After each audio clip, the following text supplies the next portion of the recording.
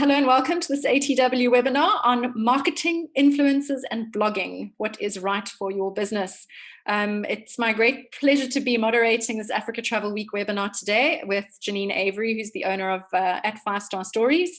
So if you're feeling overwhelmed by the number of marketing options out there and are unsure of what is best for your business, Janine is your lady. So today we're going to dive right in. She's going to give some guidance on how to determine which marketing activities are right for your business and how to quantify if what you're doing is actually giving you any meaningful results. We love Janine doing this for us because she is a lover of all things travel. So she lives in our world, from basic tenting to lazing in luxury lodges. She also loves to dabble in digital marketing, spread messages on social media, and take audiences on a journey through her travel stories. So you know the drill. The chat is open, as you've already seen. And if you do have any questions for us, please use that in the Q&A folder at the bottom of your screen. Type your question in, it will come straight through to us and Janine will respond to them. So let's keep it interactive. This is a marketing webinar after all. Session is also being recorded and we will be releasing that on ATW Connect in the coming days and also through SATSA, so keep an eye out for it. Right, with that out of the way, I'm going to hand over to Janine, who is going to be our star of the show today and take us through winning with marketing. Janine, over to you. Perfect, thank you. So hi everyone, I'm Janine, own a business called 5-Star Stories, and basically we do digital marketing for travel businesses just like yours. So I'm just going to pop my screen on share here. Give me 2 seconds, share screen. Cool.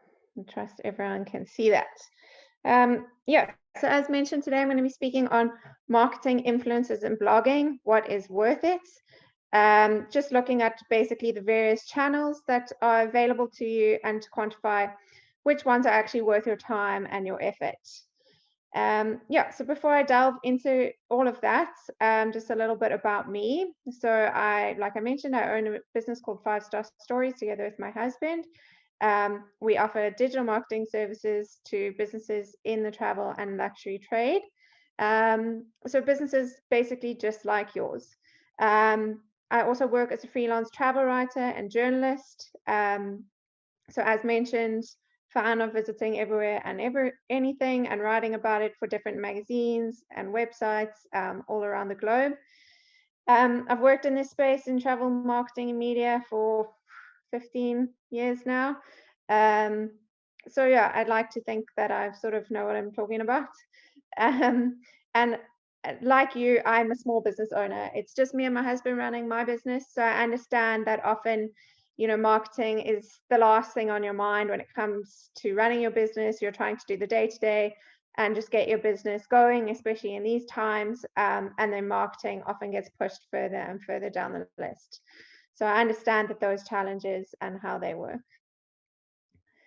So before we delve into exactly looking at each channel and how you can get return on investment for you, I just want to say that there is no magic marketing strategy.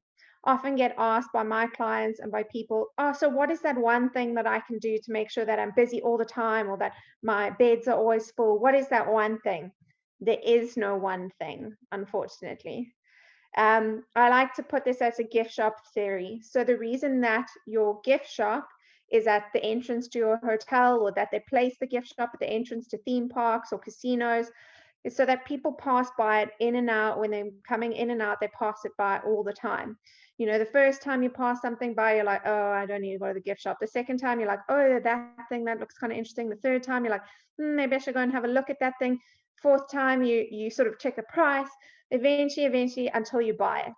So the idea is that you pass by something 7 times before you buy.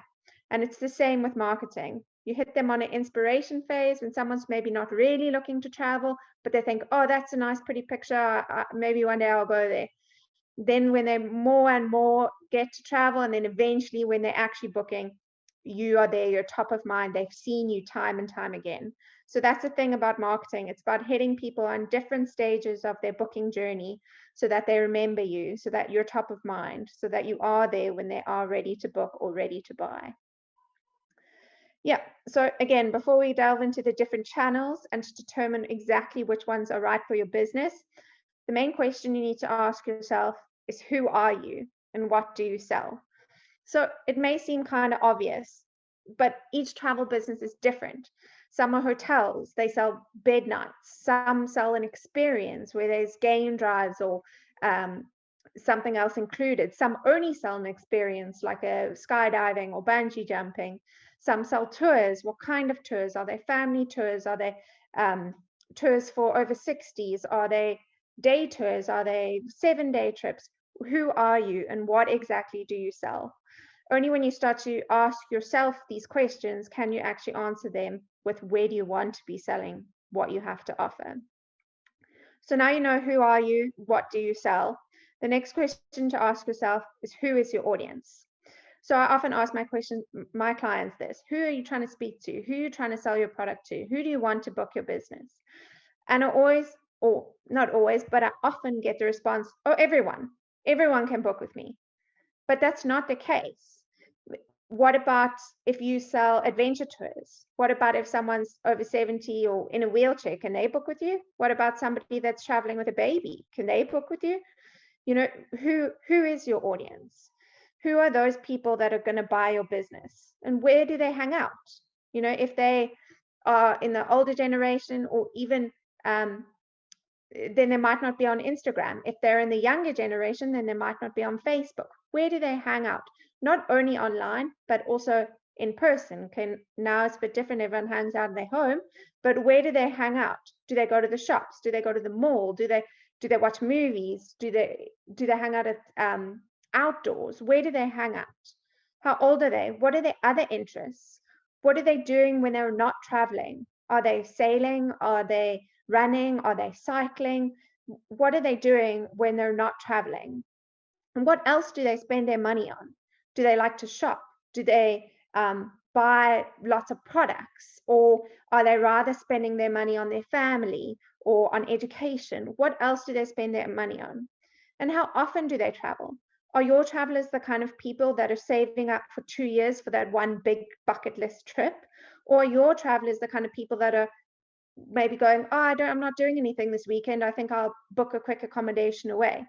How do they travel? Are they traveling with families? Are they traveling with friends? Are they traveling alone? These are all questions that you need to ask to determine who your audience is. So now you know who you are, what you sell, and who's your audience. You have to ask yourself, what do you want? So this is, what do you want to get out of your marketing? And each channel that you invest in will likely have a slightly different answer. So while your end goal might be sales or bookings, your other channels that you invest in, some will be media exposure, some will be likes, some will be followers, some will be newsletter signups, some will be shares, some will be website traffic, some will be comments, some will be reviews. What exactly do you want from each channel?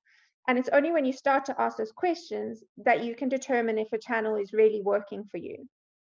And I'll delve a bit more into that as we look a bit more in depth at each of the channels. Okay, so now we know who we are, who our audience is, what we want. Now we can start to look at choosing our channels. So I'm going to go through each channel a little bit in brief. Obviously, I mean, you could spend hours just talking about each of the channels themselves, but I'll go through a little bit each one by one, and a little bit of their pros and cons and how they can maybe work for your business. So the first one is social media. So this refers to Facebook, Instagram, Twitter, TikTok, even WhatsApp, or a whole bunch of other social medias that are out there today. Very overhyped, oversaturated space.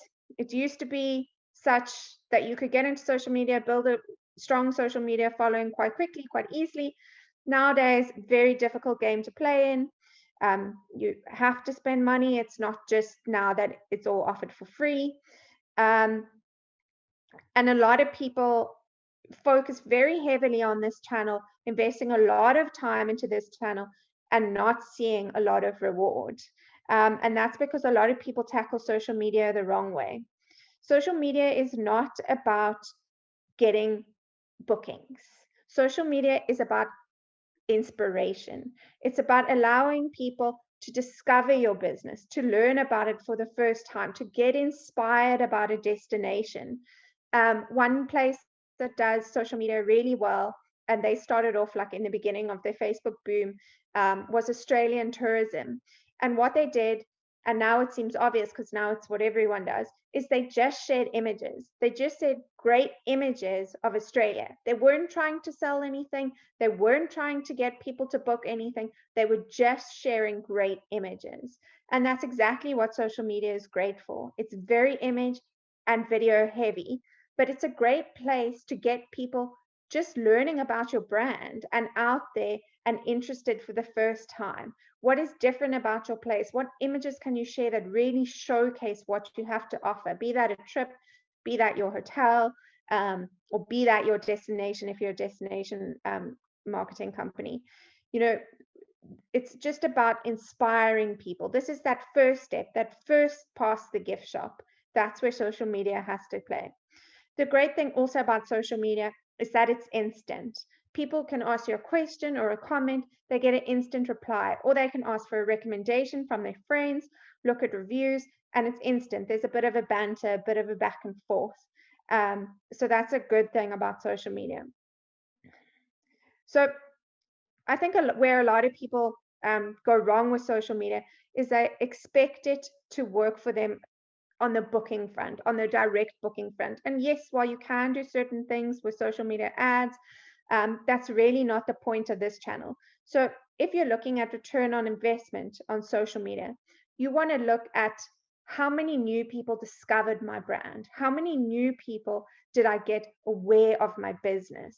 And then you can determine if social media is working for you. So it's not how many bookings you got, it's how much awareness, how much coverage, how much reach, how many new people you manage to get interested in your business.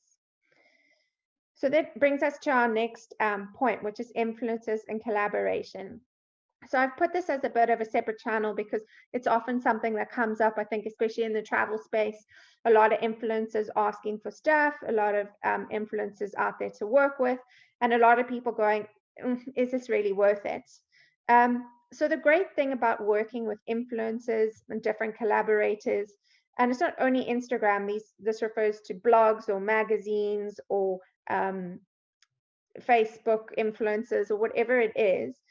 These people allow you to speak directly to a qualified audience. So if you were to build up your own audience of, say, family travelers or your own audience of under 30s, how long would that take you? How much money would you have to invest in order to build up that audience? These people have already built those audiences. They've already taken the time, spent time into crafting those qualified audiences. And through working with them, you get to access an audience that you wouldn't normally have access to, or would take you a lot of money and time to build up. You also get to create a relatable brand through the trust that people have placed in them. So people believe them, they like where they travel to, they believe what stories they have to share, they look to them for recommendations like they would a friend or a family member. And by working with these people, your brand immediately gets a bit of trust behind it. People go, oh, okay, this person liked them, therefore they're right. You know, I know who they are. And I think trust in today's day and age is so important, you know, to actually show to people, I'm a reputable brand, I'm worthy of your money, I'm not just going to disappear overnight. And working with influencers sort of gives like a gold star tick to you as to go, yes, we know these people, they're legit. But I think the most important thing with working with any influencers and collaborators is that you need to look at it as a way to build ongoing partnerships. A lot of people, they work with the influencers or collaborators, they get a couple Instagram stories out of it, and that's it. But it's because they haven't properly chatted to those influencers about how they can continue their partnership beyond just one thing. You know, you don't just want a story that disappears in 24 hours. You want an ongoing way to work with these people to access their audiences. And, you know, it's almost like building a brand ambassador rather than just offering a once-off thing and it's one and done. And then another thing with working with influencers and collaborators is the question of what is it really costing you? So to stick another person on a tour or to give a free activity or to host someone overnight, are you spending that much more money than you would anyway? Like, yes, maybe there's some food or there's some cleaning or whatever the case is, but is it actually that much more expensive than if you were to try and build these audiences yourself, or create adverts, or place an advert in a magazine, or place an advert on a blog or on social media? Is it really costing you that much? And with that, I think, when looking at the right influencers, it's not just about giving free stuff anymore. You do have to be prepared to pay for the exposure that you want. So those are all things to look at when you look at working with influencers and collaborators. Yeah, so now I'm going to just move on to the next channel, which is blogging. So as you can see, a lot of these flow into each other. A lot of things will sort of cross-pollinate. And again, that comes back to there's no one magic marketing strategy.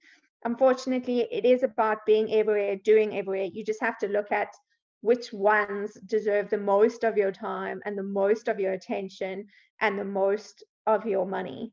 So blogging, I still love blogging. Bit of an old school channel, especially now with the advent of Instagram and TikTok. A lot of blogs have like sort of been forgotten. However, it's really one of the channels that gives you longevity as a brand.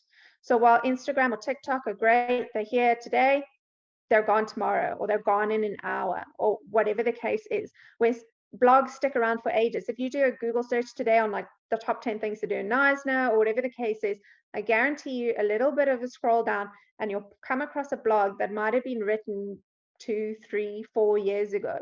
Those blogs keep coming back. And especially if they're on a channel that's got a bit more reach, a bit more audience than, say, your own channel. So say you've worked with an influencer or collaborator that's got a bigger reach on their blog, you can keep coming back time and time again through those search platforms. It also allows people to spend more screen time with your brand.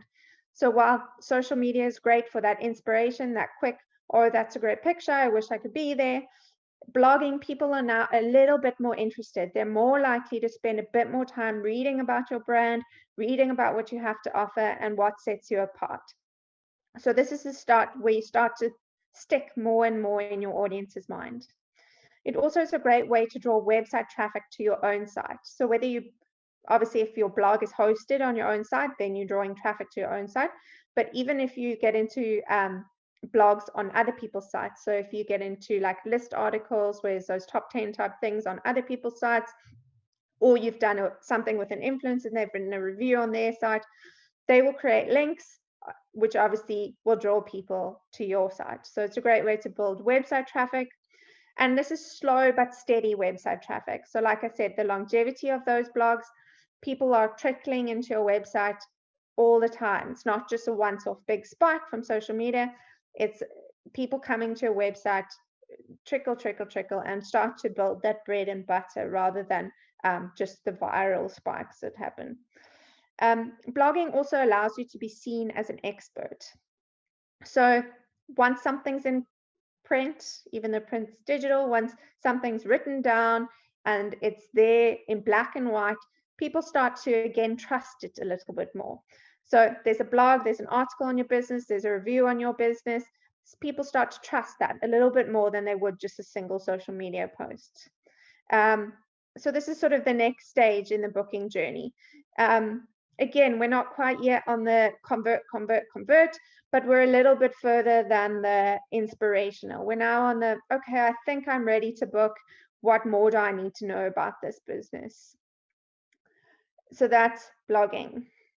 Okay, then we look at AdWords, or as it's now called, Google Ads, or Facebook ads, or Instagram ads, or Twitter ads, or whatever sort of ad system that you're operating on.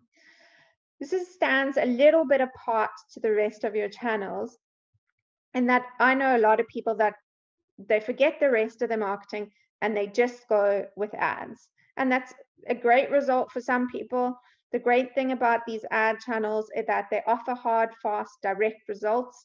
You can search for restaurant near me, and if someone has capitalized properly on their adverts, there it will appear. You can make a booking and off you go. The thing about Google ads, Facebook ads, Instagram ads, they're expensive. They require good knowledge. This is not something that you want to like try and dabble in too much yourself. You can spend a lot of money very quickly with rubbish results. There's also no brand building. So I've worked for a company, sort of like a booking.com for South African hotels, and all they did was Google ads. And often people would book the hotel on their site, never realizing that they weren't booking the hotel directly. So there's no brand building there. They've done a once-off booking and it's done. It's not about bringing the customer back. It's not about building up a brand in your customer's eyes. It's just a hard, fast, direct result. Good thing is they're easily measurable. You can see exactly how much money you've put in, exactly what you're getting out. And they're really good for instant sales or goods. So if you have a shop that's linked to your business, you sell bags or clothing or whatever the case may be, you can do that on Google Shopping ads. And that is really good for those instant sort of sales of goods. And the nice thing about Google ads, Facebook ads, Instagram ads, they allow you to retarget or remarket. So if you've already had customers that have seen your stuff, they've maybe visited your website, but they didn't convert, you can do retargeting or remarketing through these channels and get those people back onto your website. Maybe you offer them an incentive like a free night or a goodie bag on arrival or something like that. And it's a great way to access people that were thinking about it but weren't quite ready to take that next step. Yeah, so that's ads in a nutshell. And then traditional media is my next thing. So obviously a bit of a dying channel, if you will. A lot of people saying that magazines, newspapers, they're not worth your time anymore. They're not worth spending money on. And I think that they can be, depending on how you spend your money, which is, I guess, the same with all channels. So we're looking at traditional media in terms of press releases that you would send out to these sort of places, or articles, or again, working with them in sort of an influencer way that you host people from traditional media. And the one thing that I really like about this channel is the possibility for co-branding or sponsorships. So this is an opportunity to work outside the realm of just your brand. So if you're a hotel, for instance, can you do this with a tour operator and an airline and a car hire place and a luggage seller? What can you do to really create something that's co-branded? So there's 5 or 6 travel brands working together towards a bigger picture that you definitely wouldn't be able to afford the reach for in the normal space. Traditional media also refers to like normal brochures, those brochures that you stick on a stand and they're there at hotels or information centers. Those still have their place. Anytime I check in, if there's those brochures, I absentmindedly flick through them when you're waiting for the girl at the desk to check you in. I've seen 100 people do the exact same thing. So they still have a place. But again, it's how can you stand out? How can you be different from every single other brochure that's on those things?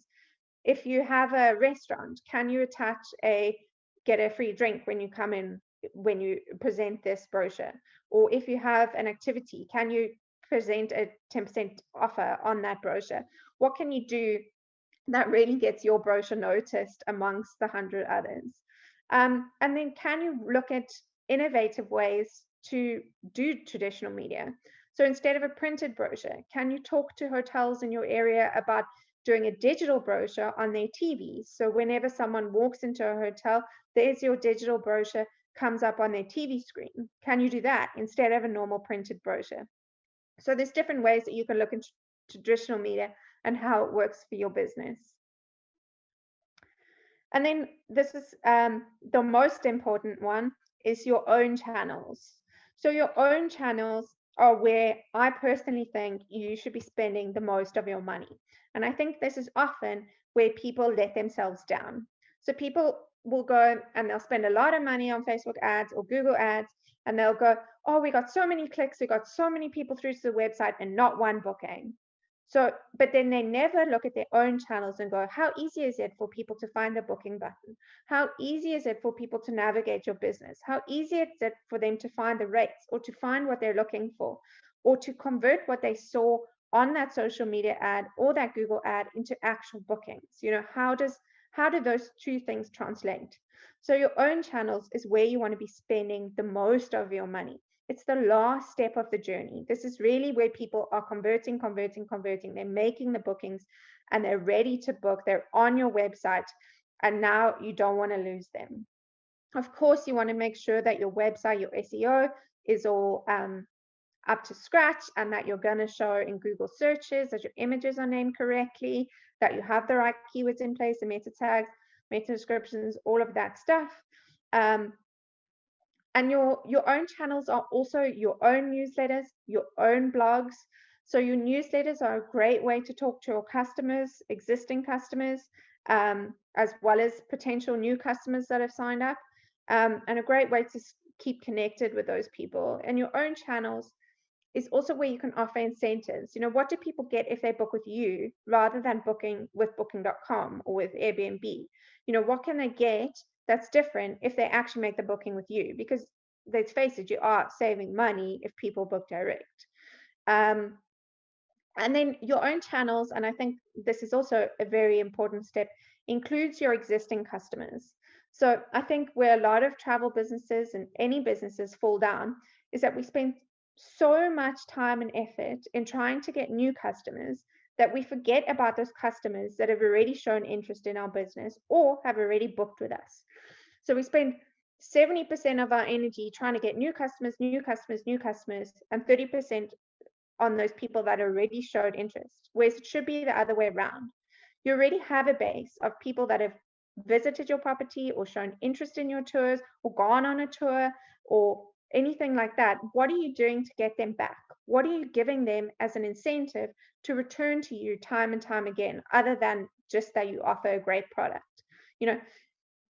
Obviously now with Poppy, you got to be careful about what data you collect and make sure that you have the right permissions. But on those people's birthday, can you send them a message to say, hey, it's your birthday, book this trip and we'll throw in this? Or, hey, you've booked with us before, do you know we now have these new rooms? How can you connect with your existing customers? I think, you've already done the hard work. They've already shown interest. So connect with them as much as they'll allow you to. And then it's less work that you have to do time and time again. This is especially true in today's age where a lot of people are traveling local all the time. South Africans were not really allowed into many countries yet. So, people are traveling local, they're exploring local places. So you want to be attracting those people back. If I went to a place 2 hours from here in Hermanus and there's a great hotel there and I went there once, there's nothing stopping me from going 2 weekends time or again in a month. But why would I if that place doesn't value me as a customer and show me that they really want me back again? So those are your own channels. So that's it in a nutshell. Sorry if it was a bit fast. But we've spoken about social media being sort of the place of inspiration, discovery, brand building, influencers and collaborators, sort of building your reach beyond your current audience, reaching people that you wouldn't otherwise have access to, and really giving you like a stamp of approval. And I think, sorry, just on this point with working with influencers and collaborators, it's not necessarily always about picking the person that have millions and millions of followers. I often say it's better to work with a mommy blogger that has 40 followers, but those 40 moms will do whatever she says. They'll go wherever she tells them to go. Rather work with that person than a person with millions and millions of followers that are just liking and on they go. So blogging, a bit of an old school, but more longevity, more brand screen time, more interest in your brand, website traffic, and a bit of a longer burn approach. When we look at ads, more expensive, more knowledgeable, not something you just want to hand off to anyone to do. but a great way of building hard, fast, direct, measurable results, and a good way to get people back to your brand that have interested but haven't converted. Then finally, not finally, but next, traditional media, which is looking at press releases, co-branding, brochures, all those kind of things, and how you can work with other businesses within this realm. And then finally, your own channels, and probably the most important. The last step of the journey, you really want them to work for you, not only look visually amazing, but work on any screen, mobile, desktop. They need to work 100%, and they need to be easy for people to book your business. And also, obviously, bringing into this your own newsletters, your own blogs, and how you can tap into your existing customers and your own database of people to get them booking time and time again, especially in today's day and age. And then finally, it's about making it work for you. So there's no paint by numbers when it comes to marketing. It's about trial and error. It's about thinking outside the box. What can you do that's unique? How can you stand out? I think especially in today's times, it's about how you can collaborate. Often I suggest collaboration to people, and people are a bit nervous. They go, oh, but they're my competition. I don't want to work with them.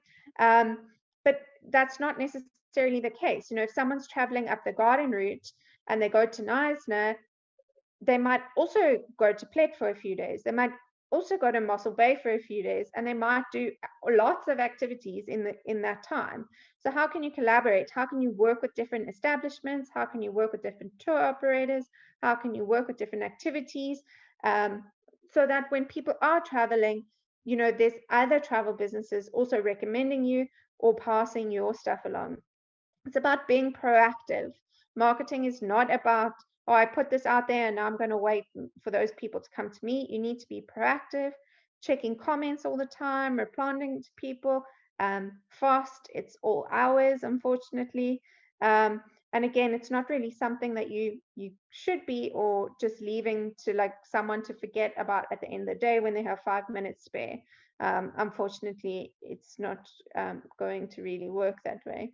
And it's about being patient. A lot of marketing, it's a slow burn, especially when you look at the different channels and eventually how you get someone to your business. It's a slow burn process. You can't do something today and go, oh, why isn't it working tomorrow? And it's about being willing to learn. Social media, digital marketing, changing every day. So you need to constantly be on top of things. And that doesn't necessarily mean jumping on the bandwagon each time a new social media channel emerges, but just willing to learn about it, find out about it. How does it work? Is it right for my business? Who's using it? What other brands are on there? And finally, it's about valuing each and every customer. So it's not about getting in new people all the time. It's about putting value in each person that shows interest in your business or eventually books your services. And through valuing each customer, your marketing becomes easier because you're doing marketing to less new people and more people that have already shown interest in your business. Yeah, so it's making it work for you. And that's it. That's me. 5-Star Stories is my website. It is just .co, and my email address, which is again just .co, not .co.za. And yeah, I am gonna look at the Q&As now and see if anybody has any questions. If anybody has questions now, you're welcome to still put them in there and I'll have a look. Okay, so we have Anonymous who's asked, how different is the impact of stories versus regular posts, Insta and Facebook? What kind of traffic or audience do stories reach compared to regular posts? Should one do both? Personally, I've never read or pay attention to people's stories on social media, so I tend to avoid stories when posting. Okay, so again, basically with marketing, the more you can do, the better, of course, if you have the time. So stories are becoming more and more popular. Obviously now you see the link between Insta and Facebook. And again, they're sort of for different things. So stories would be, hey, I'm checking into a place, I'm posting it right now, or it's live, I'm doing this little video, and off it goes. Whereas regular posts have a little bit more longevity in the fact that they're maybe stick around for a bit longer, not so instant, or I'm here right now, I'm talking about this right now. So yeah, so that's my personal feeling about stories and regular posts. I would say if you can and you have the time, do both. However, obviously stories a little bit more difficult to schedule. So if you have limited time, they might not be the most interesting for you. But at the same time, stories are interesting to do in that you can just share other people's. So if someone's reviewed or checked in and they've tagged you in their story, it's really simple just to share that to your own story. So great for sort of like building that reach and building that trust through others. Yeah, thanks for that question. So then we have Teresa D'Amato, who's asked, do you have an influencer agreement template that we can work with? Often have influencers, however, we've had some that have taken advantage of the situation and haven't held up their side of the deal. So Teresa, that's a great question. I do have my own agreement template that I work with. You're welcome to pop me an email if you want. My email is there, holla at 5starstories.co or Janine at 5starstories.co. And I can send you what I have. But yes, I absolutely put an agreement in place whenever working with any influencers. It's important for both sides that you understand what you want out of it. You know, if you don't do that, I mean, I have worked with people that they've done a whole trip for someone and they've done the trip and then they go, oh, but we only got 5 stories. And then you speak to the influencer and they go, but I gave them 5 stories. What are they complaining about? You know, so one person expects one thing, one expects something else, and you know, both are neither happy at the end. So it's important to have that agreement in place so they know exactly what they're getting, exactly what they're paying for, if there's things that you're not covering, and exactly what you expect in response. You know, just as you would with any business, have a quote or a invoice or an agreement, you need to do that with working with influencers as well, so that you know what you want out of it. Fortunately, I haven't had to really enforce my agreement on anywhere. I know that a lot of people, they have a, if you don't do this, then you have to pay back your trip. I'm not sure how they enforce that. I haven't had to take it that far. But I think any influencer that's not willing to sign is sort of a red flag anyway. So you would know that they probably won't hold up their side of the deal. Okay, then Brett Thompson, is Facebook still relevant? And what about TikTok? So again, Brett, I think this goes back to the question I asked in the very beginning, is who is your audience? So is Facebook still relevant? Are you talking to even 35, 40 plus? A lot of them still using Facebook. I still use Facebook. My husband still uses Facebook. My mom uses Facebook like every day, every minute of every day. So is Facebook still relevant? It depends on who your audience is. Who's hanging out there? Is it who you want to target? Is it who you want to be speaking to? The same about TikTok. Is TikTok going to work for your business? If you look at the majority of TikTok users, they're under 25. So is TikTok, is your audience under 25? If not, then maybe TikTok's not so relevant for your business. So it's about looking at those platforms and determining, you know, which one is going to work for you based on who's using them. Okay. Lanus Vessels, does marketing automation work? If so, which is a good platform to try? Okay, there. Specifically in regard to market on multiple channels online and automate repetitive tasks. Lanus, I'm not 100% sure what you're asking, but I'm going to think that you're asking about like scheduling. I'll answer in that respect. If I'm not right, then feel free to ask a question again. But yeah, I still use scheduling. Thankfully now with Facebook's own tools, you can schedule across Instagram and Facebook directly on Facebook's own tools, which you couldn't do before. So, I mean, I used to work in the past with Hootsuite, but that I find more and more limitations as the social media platforms change.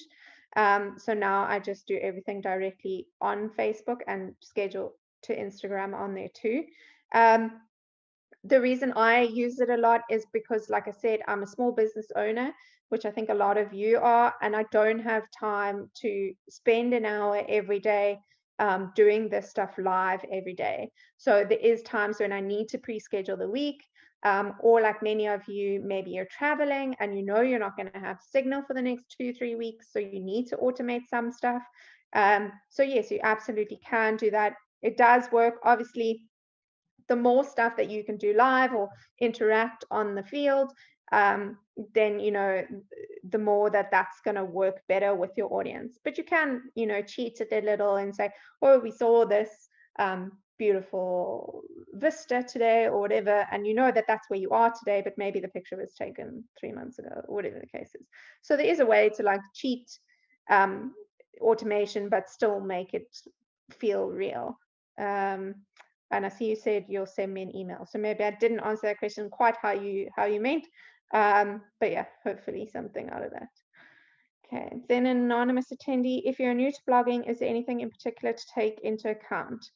Is it your own blog on your own website? How personal from a personal point of view should you be? Okay, so I think with any form of marketing, yeah, I'll just answer the second part of your question first, sorry. So I think with any part of marketing, it's about putting a point of like a face to the brand. So before you do any marketing, you need to decide what your brand's voice is. Are you very playful and jokey? Are you very sarcastic? Are you a very professional sort of corporate brand? And this again relates back to who's your audience, who are you speaking to, and what are you trying to sell them? You know, so maybe someone that sells skydiving or bungee jumping might have a little bit of a different voice to someone who sells conference travel, you know. So that's sort of the thing, is you have to decide for your brand as to what your voice is, and that will help you to determine what your voice is on your blog. So, you know, an adventure company or a very personal guest house where it's run by yourself and you're cooking for the guests and you're with them every night might have a bit of a more personal touch to it because you are part of the brand than sort of a corporate marketing company or conferencing thing that is more standoffish and more matter of fact. If you're new to blogging, is there anything in particular to take into account? So yes, I think with any blog, while it's great to blog, you still need to make sure that you have all the right SEO things in place, that you're doing it correctly, because there's no point in blogging, putting together great stories if you're not including the right keywords, if you haven't optimized your images properly, if you haven't added the right titles and meta descriptions, because then no one's going to find them. So always make sure that your SEO backs up your blog. And then I think also make sure that you do it on a regular basis. There's nothing worse than going to a website, you look at their blog and their last post is in like January 2017. You know, the immediate thing that you do is you go, oh, is this business still existing? Who are they? Or have they closed down? You know, if you're going to have a blog on your website, do it regularly, update it regularly so people can go, okay, they're still operating, there's new stuff happening, I'm interested in it, you know, not that it's 3 years ago that you last posted. Cool, more questions coming in. Tammy Maltz, can you recommend any effective programs, add-ons, tools that can manage multiple social media platforms and scheduling for better organization and efficiency? Thank you. I work with a few. I work with, like I said, I work with Facebook's content manager directly, which does Facebook and Instagram. I work with something called Creator Studio. I work with Hootsuite. I've worked with Loomly. So there's quite a few out there, obviously different pricing options. Some are free, some are not. Some allow you to do some things, some allow you to do other things. With all these tools, there's always some sort of a bug. There's always some sort of a thing that suddenly you can't do on one of them that another one does. So, I mean, I like to play around and try and find which ones work best for the businesses that I'm working with. So, like I said, at the moment, I'm using Facebook's Creator Studio directly. Lumi's also great, but it's quite expensive. So it really depends on your budget and, again, like what exactly you need it to be doing for you. So Creator Studio is all right, but then it's got this weird thing where you post to Instagram with multiple pictures.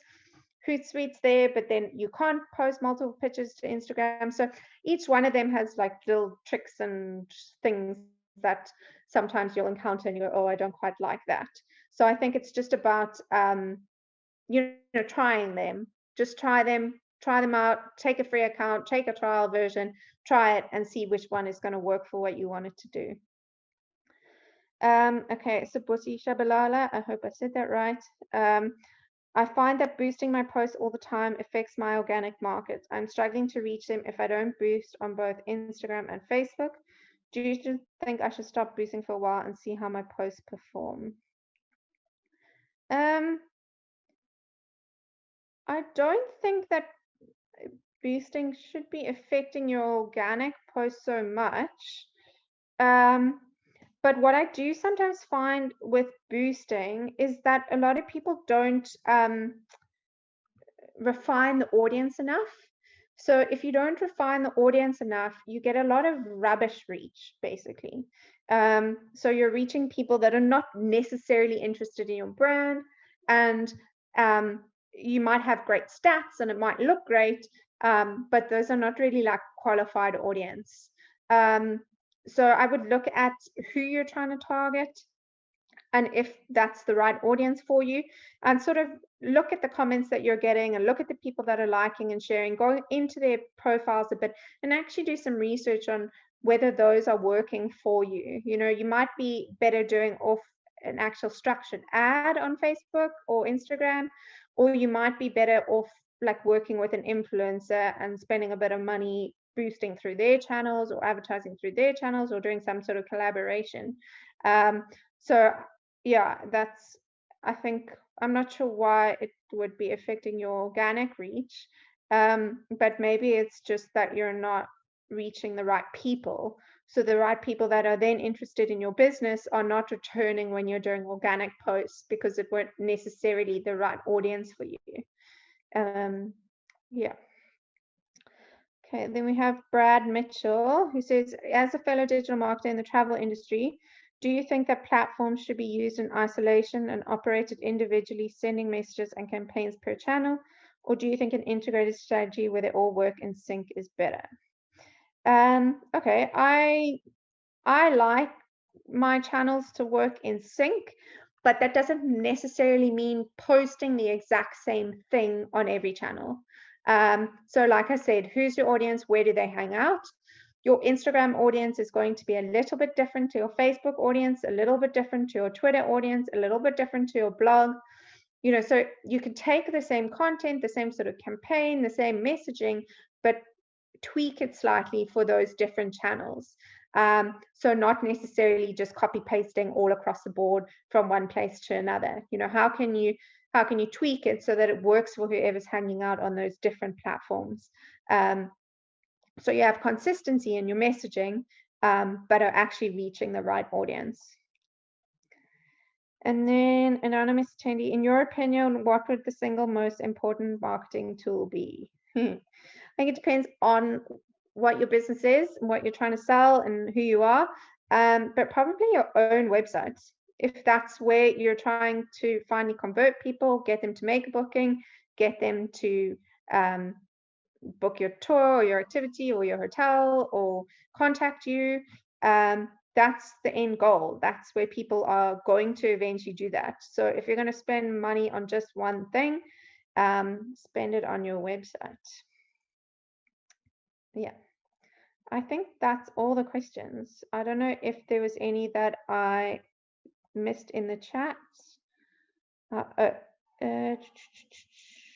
don't think so. Janine, we did go through the chat, Shame. There was one or two nice comments on there. One of them that I wouldn't mind to just raise is the QR codes. Some of them were some of the attendees were mentioning that they've used that and they found some effective they found that effective. Do you have any comment on that at all, on the use of QR codes? Yeah, so I think like QR codes are like all the rage like a little while ago, and then they sort of disappeared, and now they're making like a bit more of a comeback. I think where QR codes are really great, and I've seen a couple of like small guest houses and stuff do this, is they've had QR codes like beside the bed or when you walk in the door, and you scan the QR code, and from that you get like the Wi-Fi code, you get all the information that you need about the place, you get places to eat, recommendations for things to do. So it really gives you like a nice list of things around, and like sort of all the information that you would need that you might forget to ask when somebody checks you in. Or if you have like an Airbnb where you're not necessarily greeting people, you're like giving them a code to the door or something like that. It gives you all those sort of questions that people might ask at a normal check-in desk without being able to do that. So I think it's sort of like a great way to replace the standard check-in is with a QR code. I've also obviously seen it done recently with restaurants with instead of having printed menus, because obviously with COVID, you want to avoid touching hands and different things. So QR code's a great way to move that to digital. I think with anything with the QR code, it's always good to have a backup. So especially if you are dealing with like older travelers or travelers from overseas that might not have data, you know, if you've got the QR codes and you've got the digital thing, it's great, but like have a backup. So I walked into a restaurant who was doing the QR code thing, which was great, but one of the people we were with, their phone wouldn't read the QR code, and then there was no backup. There was no menu for them to look at. There was no way that they could actually see what the product was. So if you are going to do QR codes, just make sure you also have like some sort of backup if you are using it like in that sort of space. Thanks so much. And then we also had another one. Brett says that he got a lot of traffic he gets a lot of traffic to his blog, but he's struggling to find ways of converting that actual inquiries, or he's not seeing that happen. And we wondered if maybe there was something that he could be doing differently to maybe increase that conversion. Yeah, so I mean, it's a little bit difficult to answer not knowing your product or your blog. I mean, like I said, you're welcome to pop me an email. But it could be that it's difficult for people to find how to convert, or once they've read what you're interested in, there's no clear way for them to book your service or to book what you're offering. It could be that you know, what you're blogging about is not necessarily directing people into what you have to offer. Maybe it's too like off topic. And then I think a great way, like I mentioned, is that's where it comes down to like Google ads, Facebook ads, Instagram ads, and the retargeting and remarketing. So you have a database of people that have visited your website, they've shown interest in your product, but they haven't converted. So now how can you do that through retargeting, remarketing, going, okay, here's my database of people that visited my website. What can I offer them that gets them coming back, that really hooks them in and gets them over the line? Perfect. Thanks so much. And thank you so much for joining us today and sharing all your wonderful knowledge. I think a lot of people have learned a lot today. I certainly learned a lot. Thank you to everyone for joining us today. Please, just a reminder that this session is recorded and that will be released on Africa Travel Week Connect. And yeah, have a good evening, everyone.